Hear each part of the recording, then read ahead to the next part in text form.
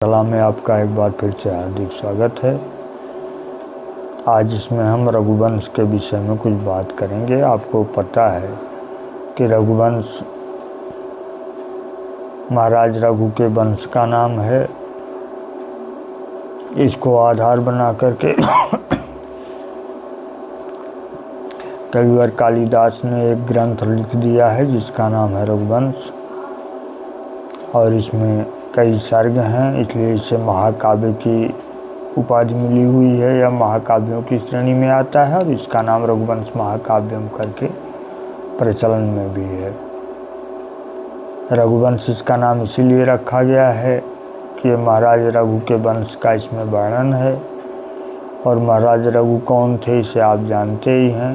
इक्ष्वाकु वंश पहले था, इक्ष्वाकु वंश के बाद महाराज रघु के नाम से ही इस वंश को जाना गया।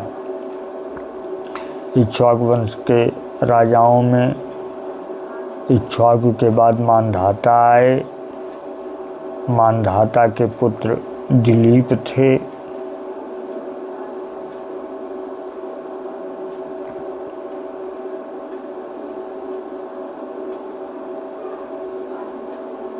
और दिलीप के पुत्र थे रघु। तो ये रघु कौन थे इसीलिए इस पर ज़्यादा जोर दिया गया है, और इसलिए क्योंकि इन्हीं के नाम पर इस वंश का नाम रघुवंश है, इसलिए इन पर ज़्यादातर कवियों ने ध्यान दिया है। वही हाल कालिदास का भी है। महाराज रघु के जन्म के पूर्व की कहानी है, यानी जन्म के पूर्व जन्म की नहीं, जन्म के पूर्व की कहानी। और जन्म के पूर्व की कहानी यह है कि अयोध्या के एक राजा थे, महाराज दिलीप नाम था जिनका। दिलीप में राजाओं के वे सभी गुण थे जो होने चाहिए। नीतिज्ञ भी थे, धर्मज्ञ भी थे, दानी भी थे, वीर भी थे, साहसी भी थे, पराक्रमी भी थे और अजेय भी थे। यानी एक राजा में जितने गुण होने चाहिए वो सभी गुण उनके भीतर थे। लेकिन एक कमी थी कि उनके पास संतान नहीं थी, और संतान न होने के नाते महाराज बहुत दुखी रहा करते थे। तो एक दिन वो अपने गुरुदेव वशिष्ठ के पास पहुँचे और उन्होंने उनसे पूछा कि आखिरकार इस समस्या का क्या समाधान है, आप हमको कोई उपाय बताइए। तो गुरुवर वशिष्ठ ने का ध्यान लगा करके देखा तो उन्होंने देखा कि पूर्व जन्म में इन्होंने एक गाय को जल नहीं पीने दिया है। इतना सा पाप इनके ऊपर है। हुआ क्या था, एक जनश्रुति है, कहानी आती है कि एक सेठ थे, वो एक यज्ञ किए थे और यज्ञ में कलश का पानी जब विसर्जित किया जाता है तो वही लेकर के जा रहे थे विसर्जन करने, और रास्ते में एक गाय आ रही थी। उस गाय ने उस पानी को पीना चाहा तो उनको क्रोध आ गया। दिन भर के उसी तरह के व्रत में परेशान थे, ऐसे उन्हें देख करके क्रोध आया। कुछ भी हो, उन्होंने वही कलश फेंक करके गाय को मारा। गाय को लग करके कलश फूट गया। हाँ, गाय को तो कोई चोट नहीं आई, गाय भाग गई। कलश फूट गया, पानी वैसे ही गिर गया। फिर भी गाय को मार देने के कारण वह पाप जो उनको लगा, इसी नाते उनको कोई भी संतान नहीं हो पाई। यही एक जनश्रुति प्रचलन में थी। महाराज वशिष्ठ ने भी ध्यान में देखा तो उनको ये पूरी घटना का पता चला, और उन्होंने कहा कि कोई बात नहीं राजन, आपके योग में पुत्र रत्न है, आप यही का हमारी होमधेनु है नंदिनी, इसको लेकर के जाइए आप और इसकी पूरी तरह सेवा करिए। यह प्रसन्न हो जाएगी तो फिर आपको वरदान देगी और आप जो है पुत्र रत्न प्राप्त करेंगे। महाराज को बड़ी खुशी हुई। लेकर के नंदिनी गाय वापस आए और फिर उन्होंने उसकी ऐसी सेवा शुरू की कि आज भी गौ सेवा पूरी तरह प्रसिद्ध है। एक सामान्य से अनपढ़ व्यक्ति से भी यदि आप गौ सेवा की बात चलाएंगे तो निश्चित तौर पर वो दिलीप का नाम बताएगा कि दिलीप की तरह गाय की सेवा करते हैं लोग। एक जनश्रुति एक कहावत के रूप में प्रचलन में है कि अरे भाई उसकी तो गौसेवा एकदम दिलीप को झूठा कर रही है, दिलीप की तरह की गौसेवा कर रहा है वो व्यक्ति। फिर कैसी गौसेवा दिलीप करते थे, तो उसको कालिदास ने लिखा है कि स्थित स्थितामुच्चलितः प्रयातां निषेधु सीमासनबद्ध धीरः जलाभिलाषी जलमाददानां छायेवतां भूपतिरन्वगच्छत्। अर्थात जब वो स्थित होती थी, रुक जाती थी तो रुक कर, उच्चलिता प्रयाताम, और जब चलने लगती थी तो पीछे पीछे चलकर, निषेधुषी, जब पानी पीने की बात करती थी तो स्वयं जल पीकर, आसनबद्ध धीर, जब बैठ जाती थी तो अपने भी आसन पर बैठ जाते थे, अपने भी आसन पर बैठकर इस प्रकार उस गाय की सेवा करना शुरू किया इन्होंने जैसे धूप के पीछे पीछे छाया चलती है। छायेवतां भूपतिरन्वगच्छत्, यानी भूपति ही अनुवगच्छत् छायेवतां, छाया की तरह महाराज उसके पीछे पीछे चलते थे। इस प्रकार की सेवा उन्होंने किया।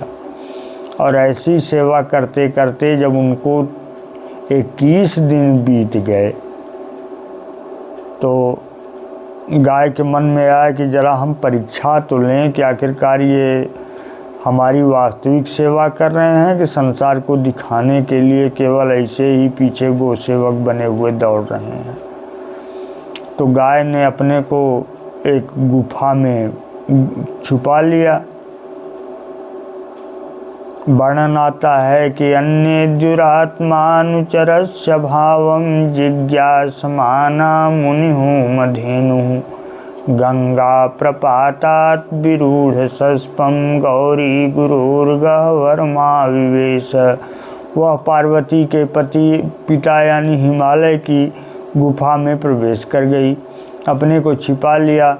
कुछ देर तक महाराज इंतजार करते रहे कि चर करके आएगी गाय बाहर। जब नहीं आई तो स्वयं खोजते हुए पहुँचे, और जब पहुँचे तो एक शेर दहाड़ के इनके सामने आया, एक बाघ आया।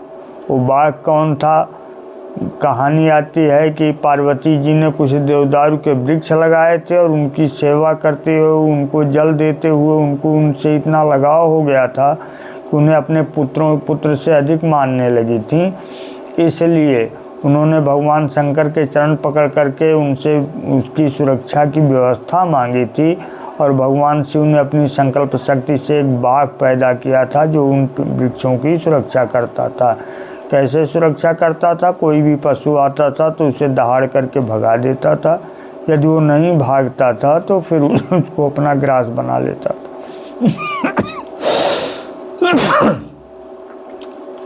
तो यही हाल उसने उस गाय के भी पीछे किया। अब महाराज पहुँचे, उन्होंने शेर से कहा कि भाई ये हमारी गाय है, इसे वापस करो।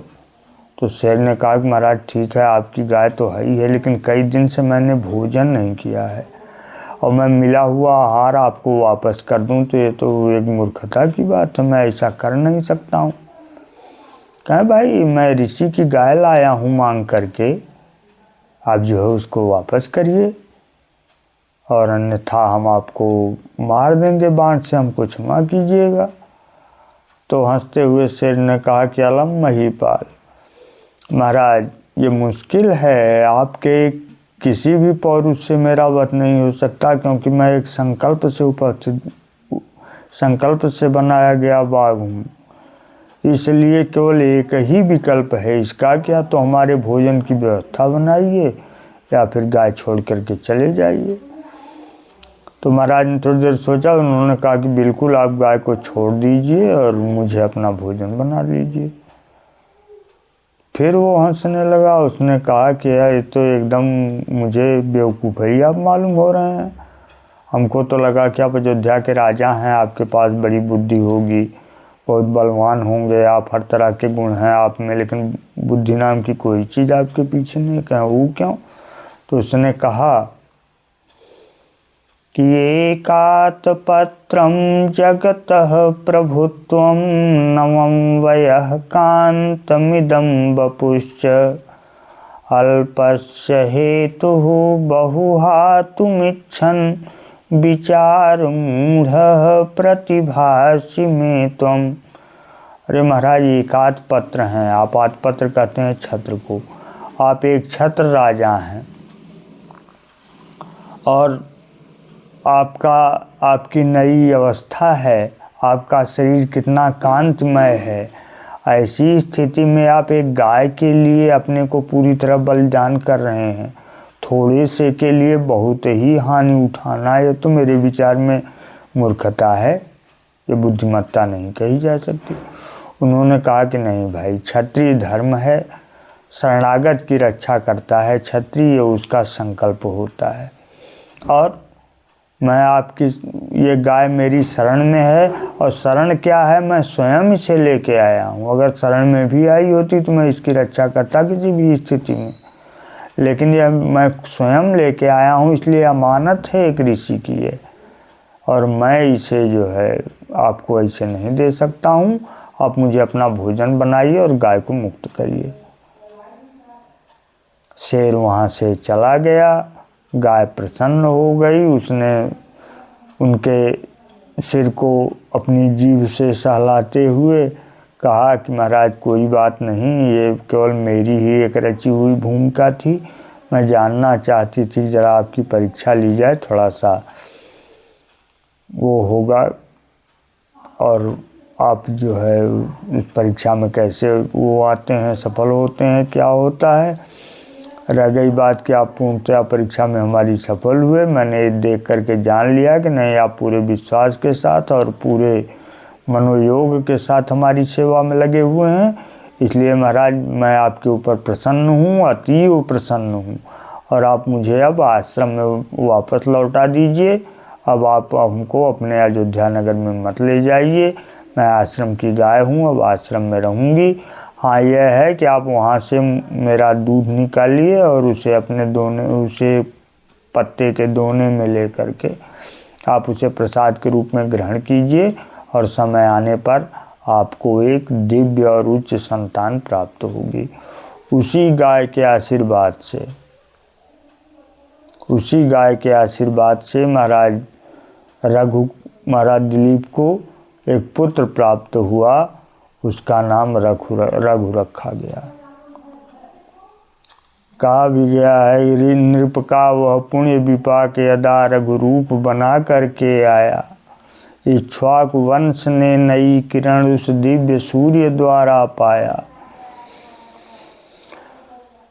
रघुवंश नाम उनसे ही है जिसमें सबका पालन करता, भी मानव बनकर कष्ट सहा, जो है सबके दुख का हरता। तो यही इक्ष्वाकु वंश इसी महाराज रघु के नाम पर रघुवंश के रूप में प्रचलन में आया, और आज उसी वंश के नाम से जाना जाता है। रघुवंश महाराज रघु की कहानी से है, और महाराज रघु के हर उदाहरण अपने आप में अनूठे उदाहरण हैं। एक कहानी यह भी आती है उनकी दानशीलता की, कि महाराज वर्ष में एक बार अपना सब कुछ दान करके भिखमंगे हो जाते थे।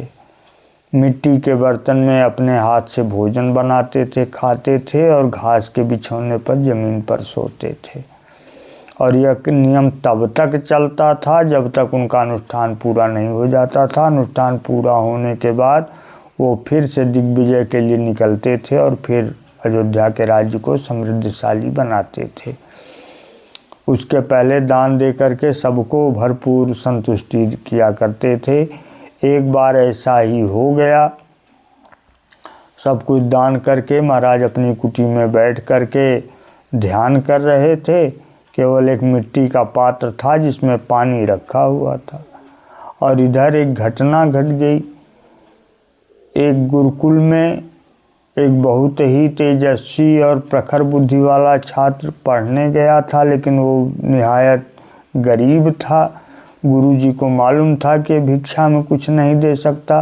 गुरुजी को उसके प्रति बहुत ही आत्मीयता थी, लेकिन जब उसका समावर्तन होने का दिन आया तो उसने कहा कि गुरुजी बिना गुरु दक्षिणा दिए मैं कैसे यहाँ से जा सकता हूँ। तो उन्होंने उसके सिर पर आशीर्वाद के लिए हाथ रखा और कहा बेटा तुम जा, तुम्हारी गुरु दक्षिणा हमने मान लिया। तो कहा नहीं गुरुजी, यदि आप इसको मान लेते हैं तो बात सही है, किंतु सब लोग इसी प्रकार से करके बहाना भी बनाना शुरू करेंगे आगे चल करके देखा देखी, इसलिए मुझे कुछ बताइए और मैं आपको दक्षिणा दूंगा। बार बार उन्होंने गुरुजी को के ऊपर दबाव डाला। अंत में गुरुजी ने कह दिया कि कोई ऐसी चीज़ बता दी जाए कि इसको ना मिल सके और ये वापस लौट जाए। तो उन्होंने कहा तब बेटा 14 वर्ष तुमने शिक्षा ली है तो 14 करोड़ स्वर्ण मुद्राएं ले आकर के जमा करो। अब वो परेशान हो गया कि एक स्वर्ण मुद्रा जिसने जीवन में देखने को नहीं पाया हो, वो 14 करोड़ स्वर्ण मुद्रा कहाँ से ला करके देगा। फिलहाल सोचते सोचते वो पहुँच गया अयोध्या, और अयोध्या में जब पहुँचा तो प्रहरी से कहलवाया कि महाराज से बोल दीजिए कि एक भिखारी आया है आपके यहाँ, गुरुकुल का छात्र है, भिक्षा मांगने आया है। महाराज ने सुना तो उन्हें बड़ी खुशी हुई। उन्होंने कहा कि आइए विप्रवर को बुलाइए यहाँ। और जब ये पहुँचे तो उन्होंने देखा कि महाराज ज़मीन पर सोए हुए हैं, घास के बिछौने पर, और मिट्टी के बर्तन में पानी रखे हुए हैं। तो इनकी कोई हिम्मत नहीं पड़ी कि उनसे कुछ कहें कि महाराज बस आपके दर्शन के लिए आया था, आप चलने दीजिए। कहें नहीं नहीं, आप कुछ तो कहिए, आपके यहाँ आने का कुछ न कुछ तो प्रयोजन अवश्य रहा होगा। तो राजा के बहुत ही अनुनय विनय करने पर उन्होंने कहा कि हमारे गुरु ने ऐसी ऐसी आज्ञा दी है। तो उन्होंने कहा कि ठीक है, आप आज यहीं रुकिए, सुबह में मैं इसकी व्यवस्था करूँगा, लेकर के जाइएगा। संध्या हो गई थी। संध्या को कोई व्यवस्था कोई राजा नहीं करता दूसरी, किंतु उन्होंने अपने सेनापति को आदेश किया कि हमारा रथ सजाओ और मुझे कुबेर पर चढ़ाई करनी है। गुप्तचर था कुबेर का, वो पहुंच गया। उसने कहा कि महाराज रघु आपके ऊपर चढ़ाई करने वाले हैं सुबह में। कहें क्यों? भाई अब उन्होंने सब कुछ दान कर दिया, उनके पास कुछ नहीं होगा तो फिर आपसे मांग सकते नहीं, आपके ऊपर चढ़ाई करेंगे। राजा का धर्म यही होता है, राजा भीख नहीं मांगता। भरत जी ने भी यही कहा। जब गंगा जी के पास पहुंच गए, गंगा और यमुना का संगम उन्होंने देखा तो उनके उसमें राम और लक्ष्मण की प्रतिमा समझ में आई, और उन्होंने हाथ जोड़ करके कहा कि मांगऊँ भीख त्याग निज धर्मू, आरत काह न करे कुकर्मू। मैं आपसे भीख मांग रहा हूँ अपनी भक्ति को प्रगाढ़ करने की, क्योंकि आरत जो होता है, आर्त यानी अपनी चीज़ें सोचने वाला, केवल वो कोई भी कुकर्म कर सकता है, क्योंकि वो बेचारा बहुत परेशान होता है, उस समय उसका दिमाग काम नहीं करता। इसलिए मैं अपना धर्म छोड़ करके आपसे भीख जरूर मांग रहा हूँ, लेकिन हमारी भक्ति प्रखर कीजिए। तो क्षत्रिय भीख नहीं मांगता, क्षत्रिय के धर्म में नहीं है। वो अपने पराक्रम से जीत करके चीज़ें उपस्थित करता है, प्राप्त करता है। उन्होंने भी कहा कि हम कुबेर पर चढ़ाई करेंगे। कुबेर ने रातों रात इतनी स्वर्ण मुद्राएं बरस दिया अयोध्या में कि जिसका कुछ हद नहीं। अब सुबह में उठे दोनों लोग तो महाराज चले अपने प्रयोजन के लिए, तब तक देखे कि पूरा हर जमीन एकदम पैसे से, स्वर्ण मुद्राओं से भरी हुई है। तो उन्होंने देख लिया तो पता लग गया कि बस कुबेर ने ऐसा किया है। सुन करके तो आए और गुरुजी को यानी उस ब्रह्मचारी को पैर पकड़ करके प्रणाम किए और कहा कि अब महाराज आप ले लीजिए इसमें से, ये सभी मुद्राएं आपके लिए उन्होंने गिराई हैं, आप ही के नाम की हैं, सब उठा ले जाइए। लेकिन उन्होंने कहा कि महाराज ये सब हम ले करके क्या करेंगे, ये बिना वजह की चीज़ें हैं हमारे लिए, हमको केवल बस 14 करोड़ चाहिए, वही गिनवा करके हमारे इसी बोरे में भर दीजिए। इसके बाद जो है मुझे एक भी स्वर्ण मुद्रा इसमें से नहीं चाहिए, सब आपके पराक्रम से आई हैं, आप उसे राजकोष में जमा कर लीजिए। तो ये उनके सामने का आदर्श था। महाराज रघु ऐसे दानी थे और उनके राज्य में रहने वाला एक ब्रह्मचारी भी इतना बड़ा त्यागी था। ये बताता है कि महाराज रघु कैसे व्यक्ति थे। बाद में इसी रघु के पुत्र अज हुए और अज भी उसी तरह पिता के समान पूरी तरह पराक्रमी थे। अज ने भी बहुत सी दिग्विजय की थी, बहुत से यज्ञ किए थे और उसी पुण्य प्रताप से उन्हें महाराज दशरथ जैसा पुत्र प्राप्त हुआ था, जिसके लिए लिखते हैं कालिदास की पितुरनंतर मुत्तर कौशलान समधिगम्य समाधि जितेन्द्रिय दशरथ प्रशशास महारथोयमवतामवतांच धुरि स्थितः।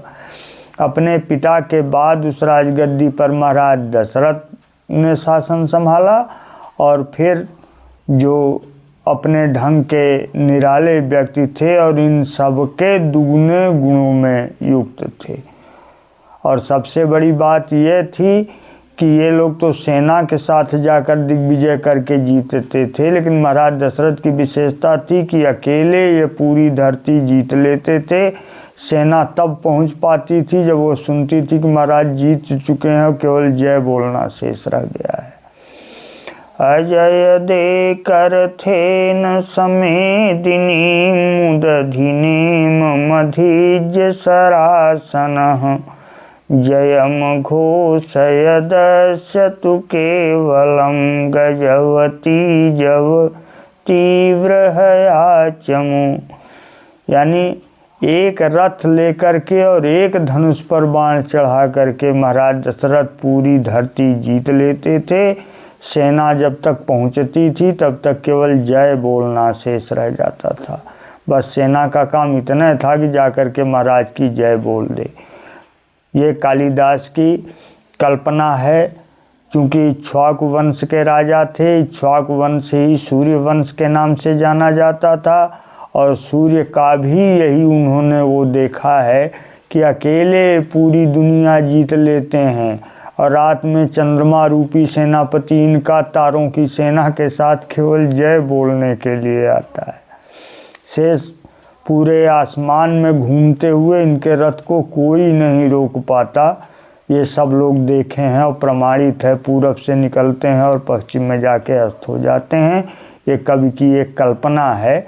मैं वैज्ञानिक तौर पर इस बात की पुष्टि नहीं कर रहा हूँ, क्योंकि विज्ञान तो बहुत कुछ कहता है, लेकिन मेरा जहाँ तक अपना मानना है कि आध्यात्म कुछ सोच समझ करके बताया गया है। ये केवल ढोंग कह करके पल्ला झाड़ लेना ये बहुत बुद्धिमत्ता की बात नहीं है। आस्था रखनी चाहिए। सूर्य को भी उन्होंने राजा समझ करके महाराज दशरथ की उपमा उसी प्रकार दी है। उनके कहने का यही मतलब था कि हूबहू सूर्य ही आए थे महाराज दशरथ के रूप में। फिलहाल कुछ भी हो, उन्हीं के पुत्र भगवान श्री राम थे, तो ऐसा कहा जाए तो कुछ बुरा नहीं है, सही बात है। और फिर महाराज भगवान श्री राम का चरित्र सब लोग जानते ही हैं। रामचरितमानस, वाल्मीकि रामायण, अध्यात्म रामायण, कंब रामायण, इस प्रकार से कितनी रामायण लिख करके इनके चरित्र को समझाया गया है। और फिर भगवान श्री राम के दो पुत्र हुए लव और कुश।